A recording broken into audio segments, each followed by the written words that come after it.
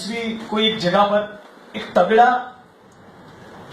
दलित और वंचित समुदाय का एक तगड़ा जन आंदोलन हो, लेकिन उसके पहले एक छोटा सा प्रस्ताव ये है कि हम लोगों के बीच में आइडियोलॉजिकल सवाल इतने ज्यादा है कि भी कुछ दिन पहले यहाँ उत्तर प्रदेश भवन के बाहर धरने पे आया था सहारनपुर वाले मामले में, साथ ही रतनलाल जी और दूसरे लोग थे।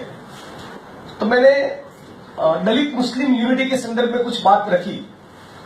जैसा ही मेरे मुंह से दलित मुस्लिम ये शब्द निकला, पीछे से आवाज आई, भाई हम दलित नहीं, हम तो बहुजन है।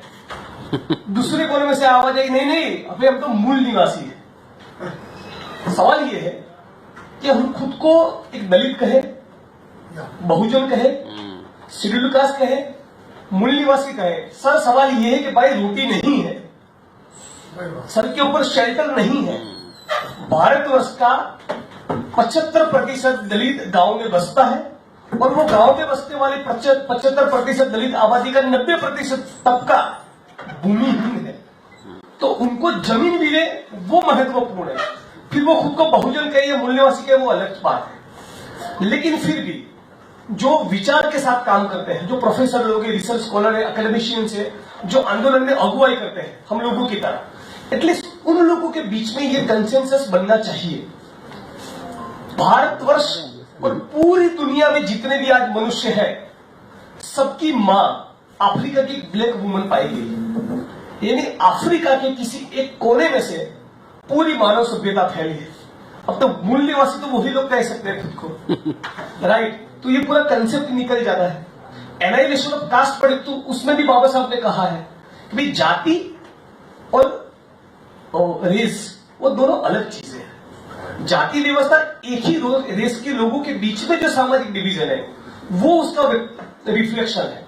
तो ये जो आइडियोलॉजिकल सवाल है, खुद को दलित कहे या शेड्यूल कास्ट कहे या बहुजन कहे या मूल निवासी कहे, उसको लेकर एक डिबेट हो एक, और पूरा दिन उसी के ऊपर हम लोग जमकर एक वैचारिक मंथन करें, उसमें से कुछ माखन निकल कर आएगा। दूसरा दिन बैठे कि भाई क्या दलित, आदिवासी, ओबीसी, केवल SC ST OBC 85%, सामने वाले 15%, 15 को हटाओ, SC ST OBC का ये पैकेज पावर में आ जाए। दलित के तौर पे मान के चलिए कि दलित, आदिवासी, ओबीसी इतना जबरदस्त हम लोगों के बीच में ऐसी चेतना पैदा हुई और कल को 2019 में पावर में आ गए, फिर जाति निर्मूलन कैसे करेंगे? दलित आंदोलन में जुड़े सारे कार्यकर्ता, कोई भी दलित संस्था, कोई भी दलित संगठन या दलित पार्टी का अंतिम लक्ष्य क्या होना चाहिए? जाति निर्मूलन। 40 लाख साल का मनुष्य इतिहास है। एक वक्त था इतिहास में, जब पीछे जाकर देखते हैं तो गुलाम व्यवस्था थी, गुलामों को चेन से बांध कर रखते थे, वो टूटी, राइट? तो जाति व्यवस्था आज चाहे कितने भी खतरनाक स्वरूप अपने दिखा रही हो, आज नहीं तो कल, कल नहीं तो परसों, आज नहीं तो 5 साल के बाद, नहीं तो 500 साल के बाद उसको जाना है, लेकिन वो अपने आप नहीं जाएगी। तो जाति व्यवस्था खत्म कैसे हो, तो जाति निर्मूलन कैसे हो, उसकी भी एक दिन डिबेट हो। बहुत जगह पे ये बात को लेकर झगड़ा चल रहा है कि भाई वामपंथ के साथ किसी कीमत पर नहीं बैठेंगे, राइट? सिर्फ इसलिए कि ऐतिहासिक रूप से उन्होंने जाति का सवाल नहीं उठाया, लेकिन अब वो रियलाइजेशन भी उनके अंदर है। कुछ वामपंथ में भी ऐसे प्रगतिशील सेंसिबल लोग हैं जो सचमुच जाति के सवाल को उठाते हैं।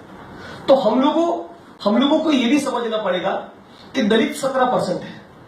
मान लीजिए कि पूरे ये जो मैंने पीछे जो देख रहा है, ये पट्टा यहाँ पे 17% का है, वहां पे ब्लू रंग दलितों ने लगा दिया। बाकी का 83% इस देश की आबादी को दूसरा कोई रंग चुनने की फ्रीडम होनी चाहिए कि नहीं होनी चाहिए? तो जब तक हमारे अंदर ये इस तरह के खुलापन नहीं आएगा, तो एक तरफ से हम लोग ये काम करें कि सारे आइडियोलॉजिकल सवाल को लेकर एक बार दोबारा बैठे, पूरा दिन बैठे, 2 दिन 3 दिन बैठे, और उसके साथ साथ जमीन के स्तर पर कौन से मुद्दे हम लोग उठा सकते हैं।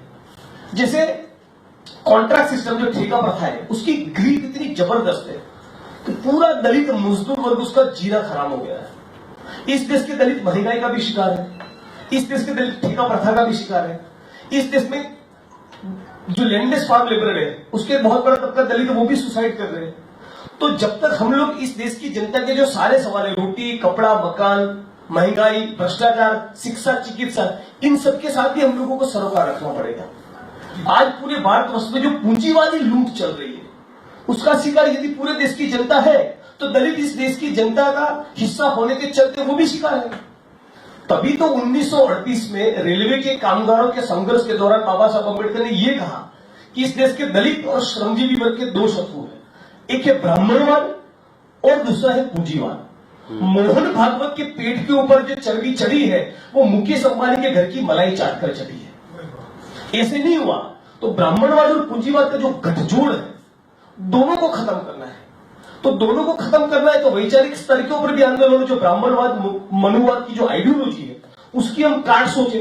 वो जब कहे कि घर वापसी हो तब हम लोग उसको काउंटर करते हो ये कहे भाई 3000 साल से हम तो गांव के बाहर बसते हैं, दखन टोला में, हमारी गांव वापसी कब होगी? तो उनका जो घर वापसी का बकवास उसके सामने हम लोग अपना प्रोग्रेसिव कंटेंट रखे, आइडियोलॉजिकल उसकी काट सोचे। उसके साथ साथ ये पूंजीवाद नाम का कीटाणु इसको भी खत्म कैसे करेंगे, तो उस डिबेट में भी हम लोगों को जाना पड़ेगा। तो मैं मानता हूं सड़कों की लड़ाई दो तरीके से हो, एक चेतना के स्तर पे जिसमें ब्राह्मणिकल मनुवादी जो माइंडसेट है, मेंटालिटी है, उसकी काट सोची जाए, यानी कि सांस्कृतिक परिवर्तन हो, और दूसरे साथ साथ जाति का जो भौतिक आधार है उसका एक मटेरियल फाउंडेशन है उसको भी खत्म किया जाए। और इसीलिए लैंड रिफॉर्म्स होना जरूरी है, इसीलिए पूंजीवाद के सामने लड़ना जरूरी है, इसीलिए ठेका प्रथा खत्म करने की डिमांड खड़ी करनी पड़ेगी। हम लोगों के अहमदाबाद की गुजरात में आंदोलन के चलते गुजरात के सीएम को रिजाइन करना पड़ा। मैं मानता हूं उससे भी महत्वपूर्ण गुजरात के ऊना के आंदोलन की ये है, आनंदीबेन पटेल को रिजाइन करना पड़ा। उससे भी बहुत बड़ी चीज ये है कि हजारों की तादाद में दलितों ने यह शपथ ली है कि गटर में नहीं उतरेंगे, मैला नहीं उठाएंगे और मृत पशु के निकाल का काम नहीं करेंगे। और एक छोटा सा तबका ऐसा सचमुच निकला कि उसके ऊपर टीका है।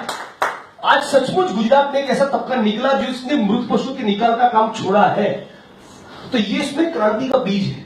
मैं ऐसा नहीं क्लेम करूंगा कि क्रांति कर दी, क्रांति तो बहुत बड़ी चीज होती है, एक जबरदस्त लंबी लड़ाई होती है, उसके लिए तो जबरदस्त आइडियोलॉजिकल काम करना पड़ता है। लाखों करोड़ों जनता जब सड़कों पर उतरेगी तब क्रांति होगी, लेकिन एक क्रांति की नींव रखी गई। तो मैं ऐसा मानता हूं जो हम लोग सामाजिक क्रांति की बात करते हैं केवल मनुवाद मुर्दाबाद, ब्राह्मणवाद मुर्दाबाद, नमो बुद्धाई और जय भीम कहने से नहीं होगी। क्या वाल्मीकि समुदाय के बीच में जाकर ऐसा हम कैंपेन कर सकते हैं कि झाड़ू नहीं लगाए? मांगो सरकार से वैकल्पिक रोजगार, गवर्नमेंट जॉब, दोनों नहीं दे सकते, रोज बेरोजगारी का भत्ता दो, ये डिमांड हम लोग खड़ी करें। मैं हमको मेरा नहीं उठाना भाई, हम नहीं उतरेंगे गटर में, नहीं करेंगे मृत पशु के निकाल का काम। 5 एकड़ जमीन दो, टेबल पे बैठो, नहीं दे सकते 5 एकड़, नो इशू, 2 एकड़ दो, लेकिन हमारे साथ संवाद करो क्यों जमीन का आवंटन नहीं हो सकता? यदि अदानी को अंबानी और सब को जमीन का आवंटन हो सकता है तो दलित, आदिवासी और भूमिहीन को क्यों नहीं? इस मुद्दे को लेकर डिजाइन करें हम लोग हमारा आंदोलन। तो एक ऐसी भी कॉन्फ्रेंस हो सकती है जिसमें जैसे अभी ऊना के 1 साल पर जुलाई में एक बहुत बड़ा भी कार्यक्रम प्लान करने का सोच रहा हूं, उस पर दोबारा जमकर जमीन का मुद्दा हम लोग उठाएंगे। जनवरी में vibrant Gujarat global investor summit हुआ जिसपे देशी विदेशी कंपनियों को मोदी जी बुलाकर हजारों और लाखों एकड़ जमीन का आवंटन कर देते हैं। आओ गुजरात तुम्हारे बाप का खेतर है, ले जाओ उसको लूटो, करीब करीब ऐसा ही रवैया रहता है। उस वक्त पर मैंने ऐसा कॉल दिया था कि 26 साल पहले गुजरात के अहमदाबाद जिले के गांव में जो जमीन का आवंटन दलितों को केवल कागज पे हुआ है, उसका यदि पोजीशन नहीं मिला, वास्तविक कब्जा नहीं मिला पोजीशन, तो मैं मोदी की गाड़ी रोकूंगा। 8 दिन के अंदर 650 बीघा 300 एकड़ जमीन का पोजीशन दिया, 8 दिन के अंदर। तो मेरा ऐसा प्रस्ताव है कि करीब 10 स्टेट में से सारे दलित ग्रुप्स को बुलाया जाए, एक पर्टिकुलर तारीख को हर एक स्टेट में से लोग निकले कि इस बिंदु से निकलकर इस बिंदु तक जाएंगे और 5 एकड़ जमीन की डिमांड करेंगे। मुद्दा नंबर 1। दूसरी डिमांड ये करेंगे सारे स्टेट में बैकलॉग भरो, दलित, आदिवासी, ओबीसी जिन लोगों का बैकलॉग भरकर आप जॉब्स दे सकते वो दो। और तीसरी डिमांड जमीन का आवंटन हो और सरकारी नौकरी में भर्ती हो तब तक बेरोजगारी का भत्ता हो। ये 3 मुद्दों को लेकर जब हम लोग लड़ाई लड़ेंगे तो उसकी खूबसूरती ये है कि हम लोग एजेंडा सेट करते हैं। अभी जब हम कहते हैं कि वो लोग लव जिहाद की बात करते हैं तो उसके काउंटर में हम जो भी कहेंगे वो एक रिएक्शनरी अप्रोच है, राइट? मैं मानता हूं ऊना के आंदोलन की सफलता का एक कारण यह भी है, हम लोगों का ये जो नारा है कि गाय की पूछ आप रखो, हमें हमारी जमीन दो। तो गाय की पूछ जो लोग हिलाना चाहते हैं वो हिलाए, हम उसकी एजेंडा को रिजेक्ट करते हैं, लेकिन साहब हमको क्या चाहिए, तो हमको जमीन चाहिए, तो खुद का एजेंडा भी सेट करते हैं। तो मैं तो ये प्रस्ताव दूंगा, जिस तरह से इंडिया अगेंस्ट करप्शन हुआ 14 अप्रैल को, next year India against casteism क्यों ना हो, राइट? वो इस तरह के हम लोग कुछ मोर्चा खोल सकते हैं। अब उसके नेक्स्ट महीने के बाद इंटरनेशनल लेबर डे के दिन सारे लड़ने वाले लोग, सारे आंदोलनकारी, सारे दलित, बहुजन, वामपंथी, सारे जितने भी लोग प्रो पुअर कंसर्न रखते हैं, सारे लोग मिलकर इंडिया अगेंस्ट कॉन्ट्रैक्ट सिस्टम का नारा क्यों करें? ये वो चीजें हैं, ये वो आंदोलन है जिसमें हम लोग खुद का एजेंडा सेट करते हैं। और जब आर्थिक मुद्दों की जब लड़ाई लड़ेंगे, आप सिर्फ इतना सोचिए कि एक दलित है, उसके हम लोग उसके आत्मसम्मान की बात करते हैं, लेकिन यदि उसका बॉडी कुपोषित है तो वह आत्मसम्मान का क्या करेगा? उसके सिर के ऊपर शेल्टर नहीं है, वो महंगाई का शिकार है, उसके पास जॉब नहीं है, तो वो आत्मसम्मान का क्या करेगा? बिल्कुल उसी तरह एक अच्छा डिसेंट सैलरी है, अच्छा घर है, लेकिन हर साला भंगी बोलेगा कोई, तो वो भी नहीं चलेगा। यानी आत्मसम्मान की लड़ाई के साथ साथ हमारे जो अस्तित्व के मुद्दे हैं, जिससे हमारी जो भौतिक जरूरतें हैं, वो हम लोग अचीव कर पाते हैं। ये दोनों की लड़ाई का कॉम्बिनेशन हम लोगों को करना चाहिए, तभी ब्राह्मणवाद और पूंजीवाद के गठजोड़ को तोड़ पाएंगे। जय भीम।